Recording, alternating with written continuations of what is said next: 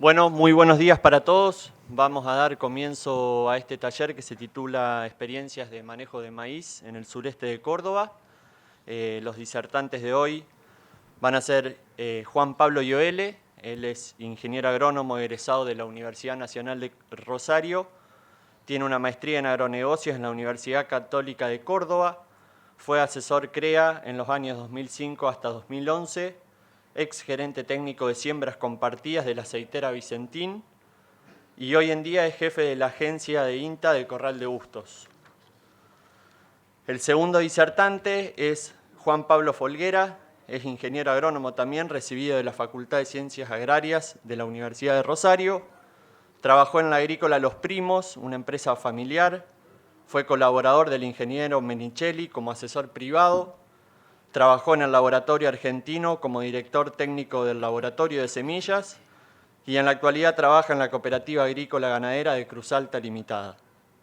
Para recordarles, la modalidad del taller van a ser 20-30 minutos de exposición. Al final vamos a hacer las preguntas y recordarles que está prohibido fumar en la sala y que pongan en silencio los celulares.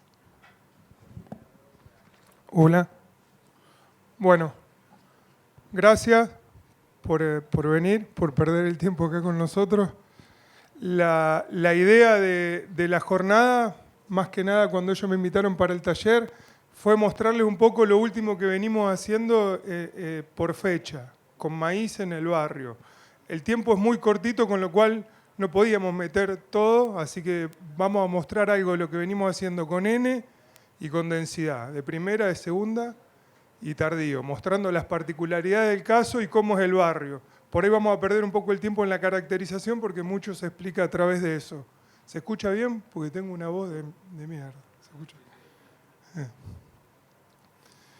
El recorrido es este. Es una presentación desde la extensión. Yo laburo en la extensión desde que me recibí y en la producción.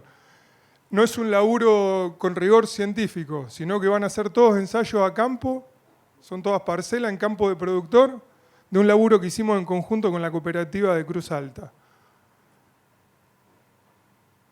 Maíz, fecha de siembra, antecesor, nitrógeno. Vamos a perder un poco de tiempo también hablando en la caracterización de la napa y cómo en función de los años la napa juega para determinadas características. Hay años en los cuales podemos elaborar recetas en función de determinadas características de los materiales en el mismo ambiente y dependiendo si el año es niño o niña, las caracterizaciones son muy diferentes. Con lo cual el laburo de densidad depende mucho de los materiales que trabajamos. Nosotros lo que vamos a intentar hacer es una caracterización general basada en 2 o 3 ensayos en los cuales van a salir recomendaciones generales. Pero hablar de cómo hay que elaborar un híbrido en la zona con el poco tiempo que tenemos para desarrollarlo y juntarlo o sincronizarlo con todos los años climáticos que tenemos es imposible. Lo que vamos a hablar es básicamente sobre las reglas generales de manejo en cuanto a eso. Está bueno que haya gente en un taller de maíz. Me acuerdo cuando arrancábamos con los talleres en el 2004, que empezábamos con lo de maíz tardío, siempre poníamos esto. Lo venimos justificando al maíz de 37 años antes de Cristo. Se sabía que no todos los cultivos se hacían por lo que daban en ese momento, sino que había gente que ya 37 años antes de Cristo pensaba en el sistema agrícola. Y lo defendíamos desde ahí.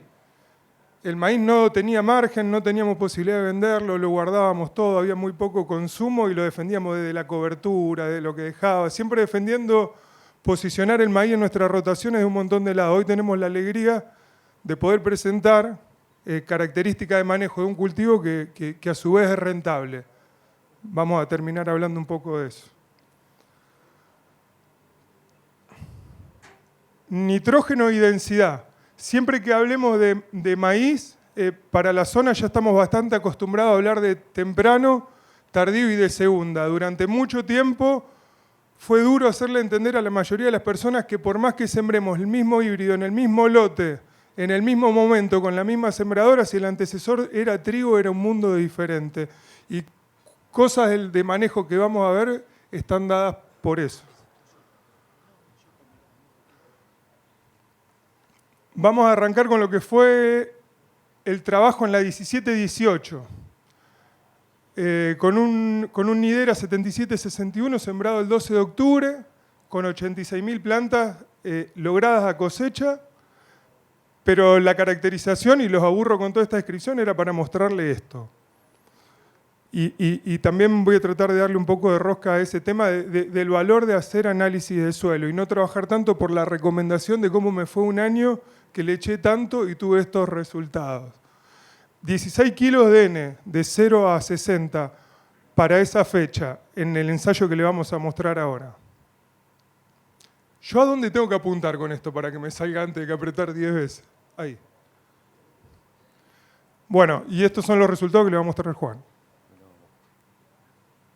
Bueno, y esto es un poco los resultados del primer ensayo que hicimos en la 17-18, una campaña, una sequía histórica, pero con un lote con la napa cerca de la superficie.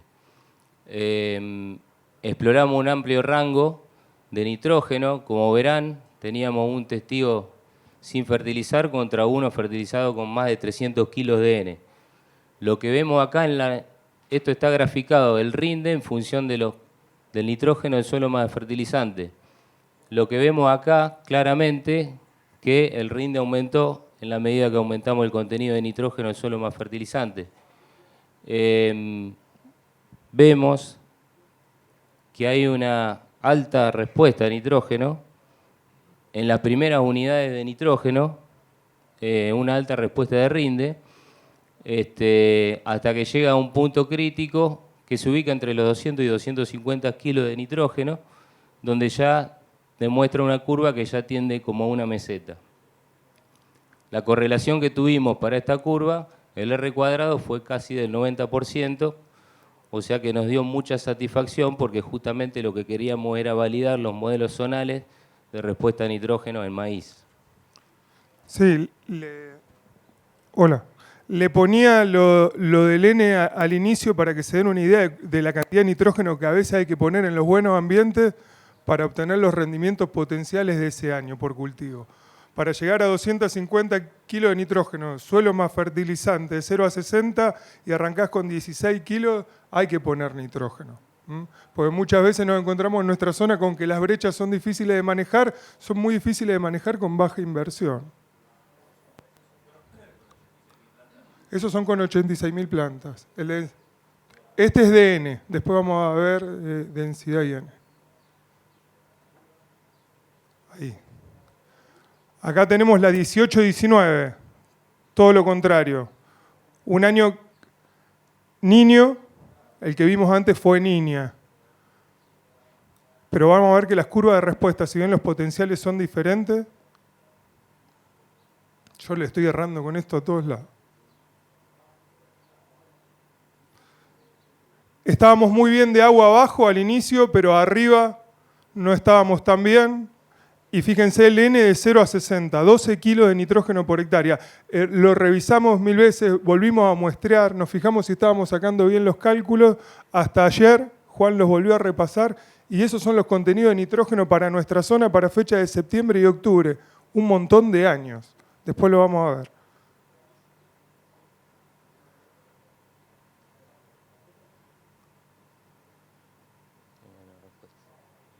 No sé qué le... ¿A dónde apunto? A la nódula. Ahí vamos. Ahí está. Bueno, de nuevo, perdón. De nuevo. Los R cuadrados, miren. De nuevo, lo que vemos en la campaña 18-19, también un ambiente con napa. En la campaña 18-19 acotamos las dosis de fertilizante, ya un poco más acotada al manejo de productor o de promedio de la zona, y exploramos algunas más altas también, pero vemos una curva de similar forma de la que habíamos visto en la campaña pasada y también de las curvas zonales de respuesta. En este caso, donde aumenta un poco el rinde con respecto a la campaña anterior y con una correlación mucho más alta. También vemos que hay un punto crítico que se ubica entre los 200 y los 250 kilos de N, donde primero la curva es bastante lineal y a partir de ese punto crítico, esa zona crítica ya se muestra como una tendencia a mesetarse, o sea que ya sería otra la limitante y no la cantidad de nitrógeno aportado. Manejalo vos. Dale vos, dale una más. Y coincidían bastante bien las curvas de respuesta que estábamos obteniendo en ese año con lo que veníamos encontrando para la red de ensayo del CREA Sur de Santa Fe en 9 campañas con la curva. O sea, la idea de generar extensión en contacto con la cooperativa en un laburo de demostraciones, de recomendaciones zonales, era tratar de validar si lo que nosotros veníamos viendo en las redes de ensayo la podíamos seguir validando, campañas que seguían después y con condiciones climáticas diferentes. Dale. Y nos da exactamente igual. Con lo cual nuestras recomendaciones para los mejores ambientes con napa sigue siendo entre 200 y 250 kilos de N, suelo más fertilizante de 0 a 60. Dale una más. Bueno, lo que vemos entonces, podemos sacar conclusiones de 2 años de experimentación, campo con napa, 2 campañas totalmente diferentes, pero en lo que es lo productivo y la caracterización de ambiente, arrancamos una campaña seca con una napa muy cerca de la superficie y otra campaña muy húmeda con una napa más lejos de la superficie. O sea que en lo que es abastecimiento a la demanda del cultivo fueron muy parecidas en términos hídricos. O sea que se puede concluir que con un adecuado stand de planta que varió entre 86 y 89.000 plantas por hectárea, esto hablando en densidad cosecha, tenemos un incremento de rendimiento en base al nitrógeno suelo más fertilizante, donde descubre una parábola de incrementos decrecientes, o sea, una primera parte bastante lineal y a partir de un punto crítico, una zona crítica, tiende a mesetarse, que se ubica entre los 200 y 250 kilos de N, con unas correlaciones muy altas del 90 y 99% y que afortunadamente coincidieron con las curvas zonales de respuesta a nitrógeno en maíz temprano. Que era la idea, más o menos. Dale una más. Estuvimos viendo N, ahora vamos a empezar a ver algo de lo que veníamos laburando con N y densidad. Esto todavía era un laburo cuando estaba en el CREA de Marco Juárez, un trabajo que hicimos con Máximo Uranga, en el cual estábamos buscando la máxima potencialidad de esos ambientes con napa. Queríamos ver si la recomendación de una bolsa y 170 kilos de N, que era lo que se decía en la 2004-2005, era lo que iba. Con lo cual, lo que ustedes están viendo son 4 curvas que dependen. Ahí tenemos 3 híbridos, de los cuales, no, 2 híbridos, el 747 y el 900, puesto a 79.000 plantas, a 78 el 747 y el NK900 estaba con 98.000 semillas y el 747 con 97.000 semillas. Dale una más, porque no los quiero aburrir, porque es un poco de historia para contarle por qué queríamos validar esta recomendación. Otro híbrido en el mismo campo, en el campo de al lado, en realidad en el albergue. Fíjense dónde se planchan las curvas, para 103.000 semillas y para 84.000 semillas. Nos daba la validación de que la recomendación era la que andaba, era una bolsa por hectárea y más o menos ajustarla un poco más a la cantidad de N, pero bueno, este era un muy buen ambiente. Dale una más. Fíjense los híbridos, ¿no? El 2053, le estamos hablando un poquito de historia, pero fue el recorrido por el cual nosotros veníamos laburando con esto, exigiendo esos ambientes a ver si teníamos que seguir subiendo semilla y bueno. Y lo que nos daba la recomendación es que no, en todas se nos planchaba año tras año en los 200 kilos de N y en una bolsa no teníamos diferencia que cuando le subíamos la cantidad de semilla. Dale una más. Vamos ahora a lo que hicimos con N y densidad de siembra, queríamos seguir validando, nos fuimos de Montebuey para Cruz Alta, para los que conocen, nos vinimos por la ruta 6 más cerca de Santa Fe. Esta es la caracterización ambiental, dale una más. Y esto es lo que más me interesa que vean de cuando le muestro la caracterización, no tanto aburrirlo con la imagen, sino fíjense en el N con el que arrancamos los ensayos. Esto es la 18 y 19. Vamos. Bueno, acá el ensayo que planteamos ya fue diferente. Los que vimos fueron de respuesta a nitrógeno exclusivamente. Acá ya planteamos respuesta a nitrógeno con varias densidades. En realidad estábamos trabajando con un lote sin un ambiente sin napa y buscábamos un poco la estabilidad del material con diferentes densidades y diferentes dosis de nitrógeno. Lo que hicimos acá fue agarrar un lote en la zona más homogénea del lote, lo partimos en 4, tuvimos entonces 4 densidades diferentes 50, 60, 67 y 83.000 plantas. Esto está medido, logrado a cosecha, ¿no? Dentro de cada densidad, de cada bloque de densidad, hicimos 3 tratamientos con fertilización diferentes.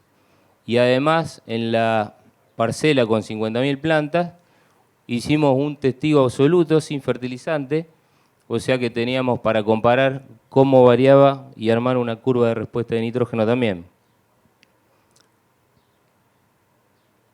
Bueno, todo esto, al igual que los ensayos que vimos anteriormente, lo hicimos con un soporte de imágenes satelitales donde se mide NDVI. Esto nos lo proporcionó la empresa Formagro de Tandil.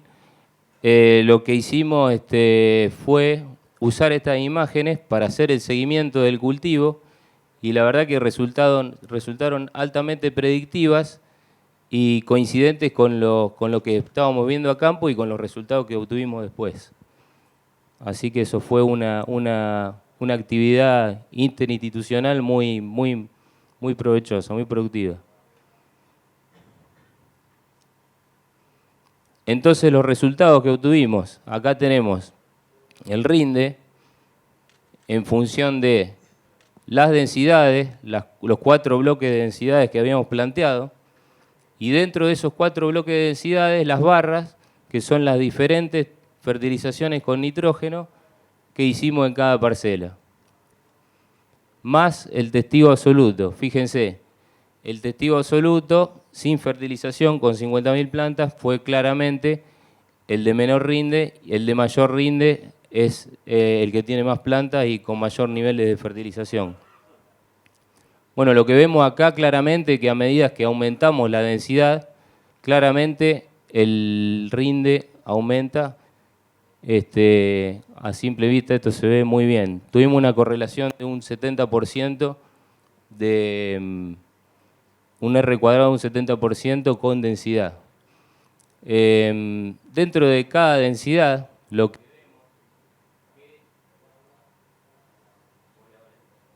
A ver, Hola. Dentro de cada densidad, lo que vimos que hubo un aumento consistente en el nivel de fertilización de las parcelas, pero que es muy marcado con las densidades más altas. Era como era de esperar, ¿no?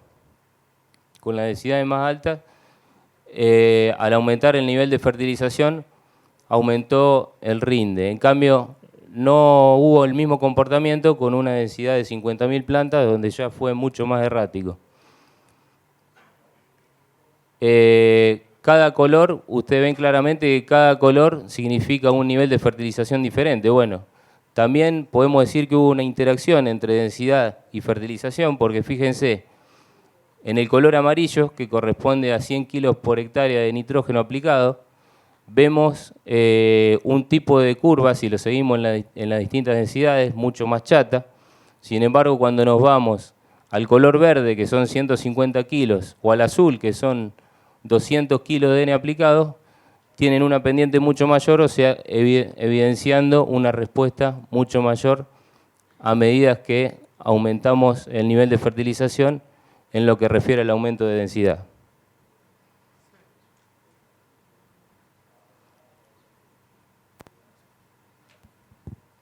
Nada, a ver, volvé al anterior, que me parece interesante una cosa que siempre nos planteamos en la zona respecto de la potencialidad que aporta la genética. Yo soy hijo de una ingeniera agrónoma que hizo todos los libritos y todavía los tiene guardados, con lo cual hay bastante de los registros. Y ella me hablaba siempre que en Nuetinger los mejores años podían andar en 65, 66 quintales. No se fertilizaba y se ponían 50.000 plantas.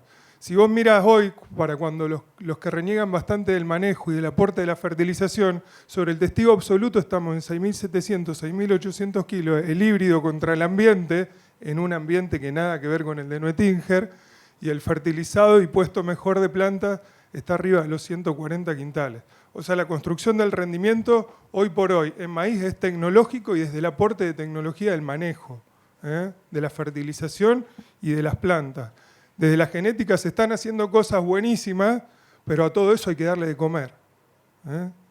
Se preparan caballos cada vez más frágiles. Las potencialidades son altas, pero hay que darle de comer. Vamos.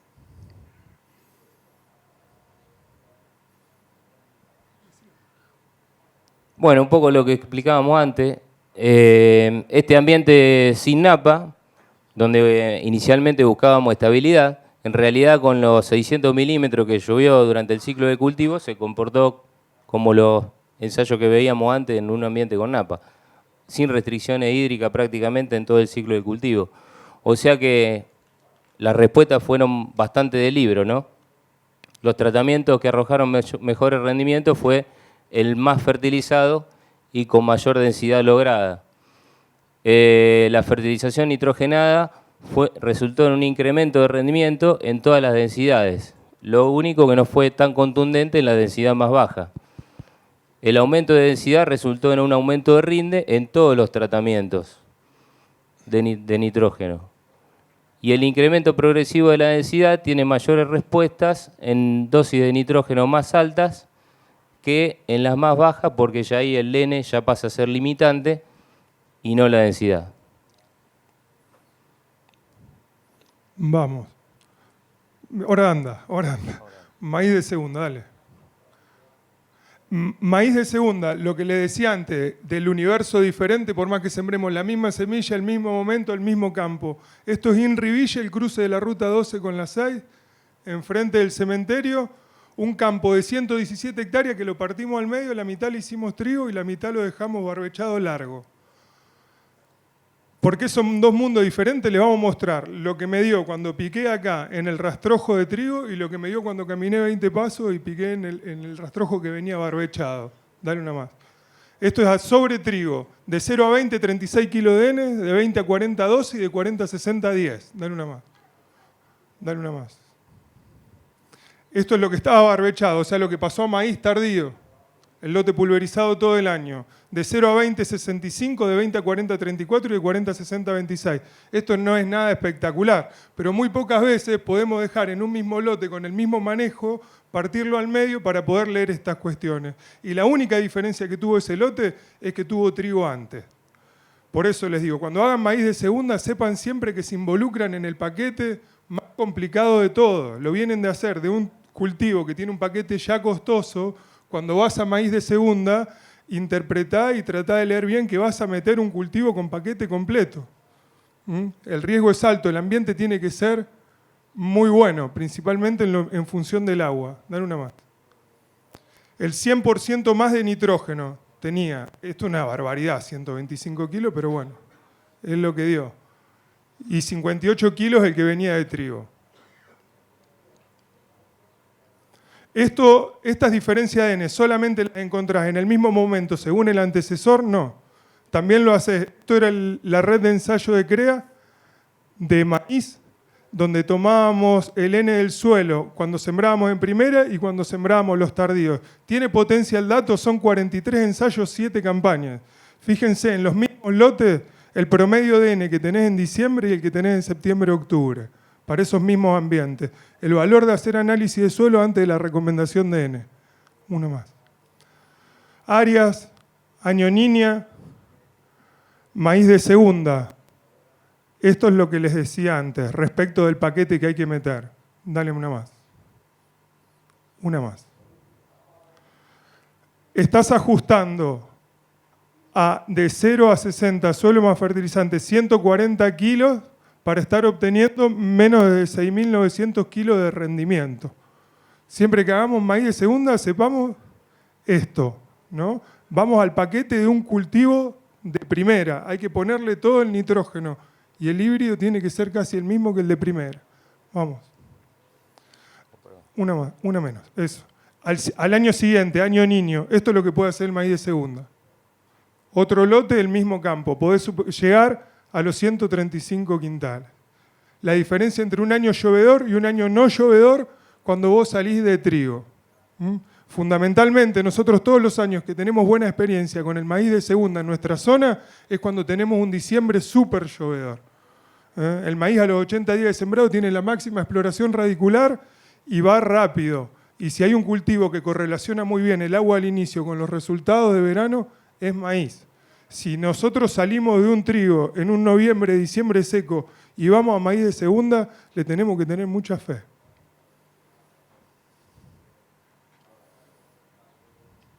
Dale una más. Una más. Bueno, lo que veíamos, fíjese, acá vamos a explicar un poco lo que hicimos en la cooperativa, los ensayos que tuvimos sobre maíz de segunda. En un año niña, fíjense lo que fue el ciclo del cultivo, 195 milímetros. Arrancamos con una napa a 2,90 metros, con un antecesor de trigo de un rinde de 6.000 kilos. O sea, había sido una muy buena campaña de trigo. Arrancamos con maíz de segunda. Arrancamos con el perfil sin nitrógeno y con muy poca agua, ¿no es cierto? Estos fueron los resultados. El testigo sin fertilización rindió poco más de 2.000 kilos. En lo que es el rango, que fue bastante amplio, explorado en nitrógeno, de 0 a casi 200 kilos de nitrógeno aplicado, vemos que el rinde muestra una curva prácticamente lineal y con una correlación casi del 100%. Bueno, y esto condice mucho con las curvas de nitrógeno que tenían Juan Pablo estudiadas, sí, también en un año niña, sí, y en ambientes similares. Independientemente de que el R cuadrado esté buenísimo, fíjense que hay que ponerle 200, tenés que llegar a 200 kilos de N para tener menos de 7.000 kilos. Hay que hacer bien las cuentas. Bueno, también en el mismo año, en el mismo lote, lo que hicimos fue un experimento con densidades. Donde acá tenemos 3 densidades diferentes, acá tenemos el rinde y lo igualamos a 130 kilos de nitrógeno. También un poco explicado por el gran rinde del antecesor trigo y la campaña escasa en precipitaciones, con una fertilización están todos igualados a 130 kilos de N. La densidad media de 50.000 plantas lograda cosecha fue la que más se favoreció, en detrimento de la más baja, porque no llegamos a consumir los recursos disponibles, y en detrimento también de la más alta, donde la sobrepoblación ya, la competencia, hizo mermar el rinde.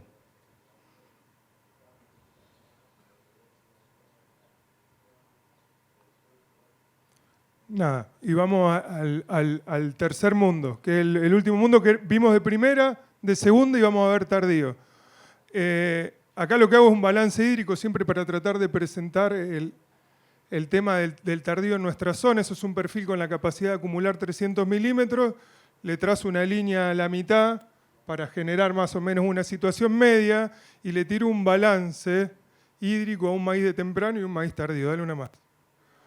Para nuestra zona, la mayor probabilidad de ocurrencia sobre un suelo argidol típico en Marcos Juárez es de tener una siembra temprana ahí, floración ahí y cosecha allá. Con lo cual tenemos la siembra en un riesgo, básicamente, esto es sobre una serie histórica del año 71. Floración ahí y cosecha con agua. Vamos una más. El tardío nos da la siembra con agua, floración con mejores probabilidades de tener lluvia y cosecha seco. Vamos a ver que en nuestra zona muchas de las decisiones que se toman en los ambientes de bajo es cuándo voy a poder entrar a trillarlo. Y esta es la respuesta. Esto es lo que siempre digo que explica la siembra directa en nuestra zona. Lo que ustedes ven en naranja son la evapotranspiración máxima. Y lo que tenés en azul son las precipitaciones promedio, como les dije antes, desde el año 71 al 2008. Fíjense cómo convivimos, dale una más, con un balance casi negativo. Para poder nosotros tener los cultivos que tenemos en nuestra zona era imposible cuando vos movías el suelo con esos balances. La siembra directa básicamente explicó eso, que gran parte de toda esa agua había que empezar a acumularla en algún lugar. Y por eso si hay un lugar donde se adecuó la siembra directa, es en el barrio, Montevideo y Marcos Juárez, donde se desarrolló y donde creció, porque automáticamente en el poco tiempo ese almacenaje de agua daba la cuenta. Y esta es la explicación, básicamente. Dale una más. Convivimos con un déficit de 280 milímetros al año. Lo que ustedes ven en esa curva verde es la precipitación histórica. Entonces, ¿qué hacemos? Agarramos evapo. Vamos evapo, evapo, evapo, evapo, llegamos a la fecha de siembra de temprano, evapo, transpiración. Subimos con la evapotranspiración. Fíjense cómo copia un híbrido en su evapotranspiración a la curva de precipitaciones de nuestra zona histórica. Ahora, estamos acá, todos los vecinos salen a sembrar, nosotros no la aguantamos. No la aguantamos, seguimos evaporando, evaporando, evaporando, vamos a sembrar en diciembre. No solamente la curva de evapotranspiración de un maíz tardío coincide más con el promedio zonal, sino que lo más importante es que esta alta ocurrencia de lluvia en la primavera la pongo abajo. En esto que les decía antes, que si hay un cultivo que responde al agua inicial, es el maíz, con lo cual arrancar con agua o sin agua para esta etapa, para el maíz es vital. Una más. Una más, aburrido, una más. Nos queda re poco, así que metele. Era 2005, teníamos que empezar a simularle, teníamos que vender la red de tardío. Entonces estaba el DISAT de moda. Y arrancamos el DISAT y empezamos a simular. Sobre un suelo de Marco Juárez, con una serie climática de Marco Juárez, el NK900 sobre arquidoles típicos, lo sembramos el 15 del 9, el 15 del 10, el 15 del 11 y el 15 del 12. Para los tardíos nos daba muy bien, arrancando con un 20% de agua útil. Simulamos con 50% de agua útil. Subían los pisos de las primeras fechas, pero siempre, no le den bola a los valores porque son valores de Nebraska, pero el aparatito no se le pueden meter los dedos, él rebota solo y te tira esos resultados. Fíjense la tendencia que nos daba en los pisos el atraso en la fecha de siembra. Dale más. Esa pérdida de potencialidad del temprano versus el tardío, ¿es verdad? Es verdad. Y básicamente está dado, dale una más, por el periodo en el cual pone la radiación, que esto lo saben casi todos, pero es importante porque muchos quieren reflejar en la temperatura una diferencia y para lo que es nosotros, la histórica de temperatura, seguimos teniendo la misma casi que en enero, que en esa zona. Esto es básicamente por la capacidad de los cuerpos negros de recibir la energía y la libera más lenta. Si uno agarra una pelota negra y le da energía, cuando la saca a la luz todavía sigue caliente, tarda más, va en diferido como acompaña la temperatura a la radiación. Con 370 milímetros, el 100% de agua útil, fíjense los pisos de los tardíos siempre nos seguían dando bien. ¿Para qué? Para esto. El desarrollo del maíz tardío básicamente fue para desarrollar fecha y el paquete que lo iba a acompañar. Dale una más. Este era el ambiente donde teníamos, no, una menos, 125 kilos de N al inicio. ¿Te tapo? Ahí está. Ese tardío que habíamos dejado en la mitad del lote y que arrancábamos con 125, el solo pasar de 0 a 50 kilos de urea me daba una respuesta de 583 kilos de maíz. Ahora, cuando yo pasaba de 50 kilos de urea a 150, solamente me daba 160 kilos de maíz. La importancia de hacer análisis de suelo, ¿no? Para un tardío y no viajar por recomendación. Vamos a validar un poco todo lo que nos venís cansando vos de tardío con un ensayo nuevo en la 18-19. Bueno, acá arrancamos mucho mejor. Para lo que es esto, son 67 kilos en ambientes en los cuales estamos encontrando 10 y 12, acuérdense. Dale vos. ¿Estamos? Bueno, un poco para ver lo que hicimos en tardío. Para que hicimos lo que hicimos en tardío con la cooperativa. Con un año en un ambiente sin napa y con prácticamente sin restricciones hídricas, lo que hicimos fue evaluar 3 densidades diferentes, igualando a 130 kilos de N, de suelo más fertilizante. Como comentaba Juan, arrancamos con 67 kilos de N en el suelo de 0 a 60, o sea que la fertilización fue muy baja, logramos llegar a 130 kilos de N de suelo más fertilizante y lo que vemos acá es que tenemos, con 3 densidades ensayadas, tenemos un incremento también casi lineal en el rinde, que bueno, también pudo haber sido para ese nivel de fertilización, a lo mejor con un nivel de fertilización más alto hubiéramos tenido más respuesta con mayor densidad, de acuerdo al año que fue, pero dado que es un ambiente sin napa, un suelo de clase de uso 3, serie Villa Loíza, la verdad que no esperábamos con este año semejante rinde. Vamos rápido con esto porque si no, no llegamos y lo voy a aburrir. Esto es básicamente la curva de respuesta de tardío y de segunda.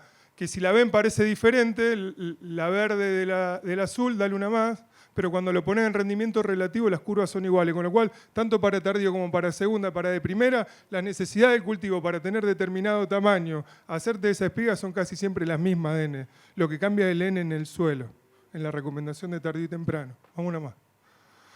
¿Y para qué hacemos todo esto? Bueno, la idea de cuando uno establece pauta de manejo o quiere validar curva de comportamiento sobre la recomendación de lo que hace en la zona, lo hace básicamente para trabajar sobre el riesgo del productor. Siempre decimos que el riesgo de la empresa agropecuaria está puesta donde el periodo crítico del cultivo que vos hacés. Si haces un solo cultivo, todo el riesgo de tu empresa va a estar puesto en ese periodo crítico. La diversificación de cultivo, cuando encima lo podés vender y vale, es mucho más fácil de vender. Antes era más difícil, créanme. Una más. ¿Y sirve para qué? Para la toma de decisiones. Vamos una más. ¿Te animás a decirlo rápido que estamos pasados 2 minutos? Bueno, esto es un poco la conclusión, después de un poco la conclusión de diversificación de riesgo, como decía Juan Pablo. Lo que tenemos acá son los diferentes periodos críticos de los cultivos utilizados. Septiembre-octubre para trigo, maíz de primera, soja de primera, soja de segunda y maíz tardío o maíz de segunda. Lo que hicimos acá con los lotes de la cooperativa, hablamos de 25 lotes de manejo diferente, de manejo y ubicación diferente, los agrupamos por ambiente, cada color es un ambiente. El verde sin napa, azul con napa y los amarillos son complejos de zonas deprimidas contra el río Carcarañá. Son clase de uso 6. Entonces vemos cómo se distribuye el riesgo, cómo intentamos distribuir el riesgo en los ambientes sin napa en una campaña que se caracterizaba por ser extremadamente seca. No así con los ambientes con napa que concentramos en diciembre-enero la mayor extracción del cultivo. Un poco con el aprendizaje que tuvimos de ese año extremadamente seco, decidimos hacer lo propio con el año siguiente que venía más húmedo, donde ya mandamos en lo que es ambiente sin napa, prácticamente a enero y diciembre mandamos más superficie y a la vez los complejos los dividimos en 50 y 50, el riesgo, y en cambio los ambientes con napa tratamos de dividirlos más homogéneamente porque sabíamos que teníamos alto riesgo de excesos hídricos. Esto, bueno, son gráficos de asignación de superficie en porcentaje. Ya terminamos, la última. Bueno, me mostró cómo intentó distribuir el riesgo por asignación de superficie y cómo te fue. Acá lo que hicimos, dale las 3. Dale las 3, así salen las 3. Dividimos en 3 grandes ambientes, con napa en el Hansen 1, sin napa de 3 para abajo, y para lo que era complejo de costa, por ahí los que no conocen la zona, es todo lo que es la depresión del cauce del Carcarañá. ¿Cómo te fue en la 17-18 con esa distribución del riesgo que hiciste? Y fíjate que para ambientes con napa, el año Niña establece diferencia en cuanto al 18-19, que fue niño, y el exceso de agua te empieza a jugar en contra. O sea, esos muy buenos ambientes que teníamos con napa, para años llovedores, lo que te muestra esto es que se te complica. Y los ambientes, o sea, te conviene siempre un año no llovedor. Para lo que son los ambientes sin napa, establecimos un cuadro de rotaciones para la primera campaña, que fue Niña, y después tuvimos muy buenos rendimientos donde llueve. Esto ya lo sabemos, los ambientes sin napa te va mejor cuando llueve. Para esto estudiamos un montón de años. Y los complejos de costa, intentamos poner con los diferentes colores cuáles fueron las cosas o las características climáticas que afectaron y que coincidieron más o menos con los resultados. Para los complejos de costa, lo que vemos que en la campaña 17-18 nosotros habíamos apostado una soja de primera de baja inversión, y a pesar de que en la 18-19 nos agarró la helada de octubre y nos liquidó los trigos, las sojas de segunda anduvieron muy bien. Decí las conclusiones y terminamos. Fíjense, un dato no menor, que soja de primera es el cultivo con menor margen en las 2 campañas y en los 2 ambientes, con y sin napa. Bueno, un poco entonces con la experiencia de estas 2 campañas, una extremadamente seca y una húmeda, las premisas de manejo que tenemos desde la cooperativa, a las conclusiones que arribamos fueron las siguientes. Campos con napa, bueno, donde tenemos alto riesgo de excedentes hídricos, utilizar rotaciones altamente extractivas, con dobles cultivos, diversificar riesgo con rotación y también hacer cultivo de cobertura, también con el motivo de extraer agua. Y tampoco descartamos lo que son los verdeos para una diversificación con ganadería. En campos sin napas, donde tenemos alto riesgo de déficit hídrico estival, diversificar periodos críticos con rotación, variedades y fecha de siembra. Y en los campos muy limitantes, la utilización de cultivo de baja inversión, evaluación de costo-beneficio de acuerdo al año, a la recarga hídrica otoñal sobre todo, y diversificación de periodos críticos. Así que bueno, se terminó el tiempo. Muchas gracias.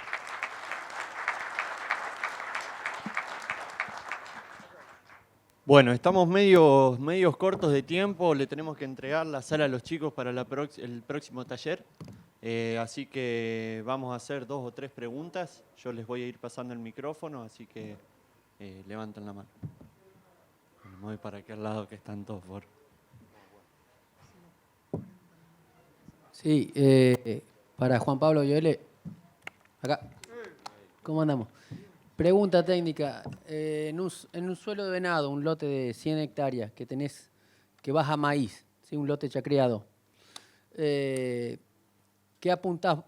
Te doy $300 y con eso tenés que hacer maíz.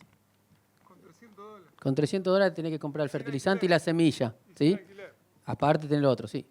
Decime tu idea, ¿qué harías si haces un temprano, un tardío y cómo haces el balance entre elección de híbrido y de fertilizante? Sí, la pregunta siempre... Es la pregunta de todos los años. Productor complicado financieramente, el lote que lo venía haciendo con soja toda la vida, ahora el maíz da un mango y lo quiere hacer con $300. Primero que se puede financiar. Si no se financia y quiere laburar con los 300 que tiene, para mí lo más importante de todo, que lo que digo es la caracterización. O sea, sabé qué lote tenés primero. Fíjate dónde tenés la napa, porque el nivel de decisión para pasar... Siempre digo lo mismo, no es tardío versus temprano, no tiene nada que ver. El maíz tardío y el de segundo funcionan como una estrategia complementaria. Y el tardío fundamentalmente para enfrentar ambientes sin napa o sin capacidad de almacenaje o años malos en algunos tipos de ambientes, porque no necesariamente tienen que ser siempre ambientes débiles. A veces tenemos años débiles. En función de lo que me diga el pronóstico climático de agosto, que es el que más o menos le creo, y cómo esté de agua, ahí te digo qué maíz hago. Ahora, si paso a un temprano y con esa plata que vos me das no me está dando ni margen para poner fósforo, pero por ahí. Viste, el maíz es nitrógeno, el trigo es fósforo. Le bajaría, si jugás con 80 de monoamónico, me jugaría con 70 de monoamónico y trataría de levantar la mayor cantidad de nitrógeno si va a llover y tengo agua. Ahora, el ambiente es muy inferior, no tengo napa, no tengo capacidad de almacenaje, el año es raro, me voy a un tardío, porque si es un ambiente bueno genéticamente y solamente falta agua y cobertura, si me sale con agua, ¿entendés? Para tarde la juego ahí. ¿Se entendió?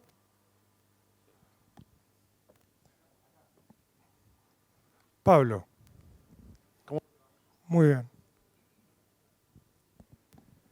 En los diagnósticos de nitrógeno, ¿a veces cuantifican el nitrógeno de la napa? ¿Lo ponen en la ecuación? No está cuantificado. El nitrógeno en la napa no está cuantificado ahí en el análisis.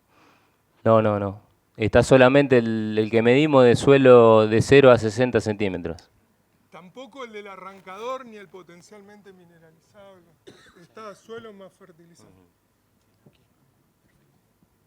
Tampoco el del arrancador, tampoco el del arrancador ni el potencialmente mineralizable. Solamente tomamos en cuenta el nitrógeno que tenemos de 0 a 60 más el que aportamos con el fertilización nitrogenada. Pero lo bueno, a pesar de no cuantificarlo, lo bueno es que tenemos datos de ambiente con y sin napa y que dieron resultados muy similares en situaciones sin déficit hídrico, ¿no es cierto? O sea que eso está también bastante comparable entre sí. Pero está buena la pregunta. Lo que tenemos que sabemos en la napa en la mayoría de nuestras zonas es azufre. Por eso nosotros en azufre es donde más nos cuesta laburarlo. Básicamente preguntaba porque es muy difícil meterlo en un napa. En el año llovedor toma mucho menos de la napa Y es muy difícil hacer.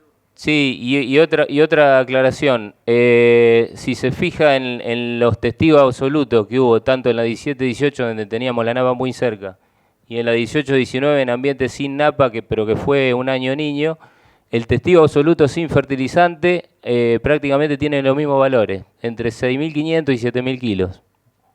O sea que calculamos que el aporte del nitrógeno a la napa no ha sido muy importante.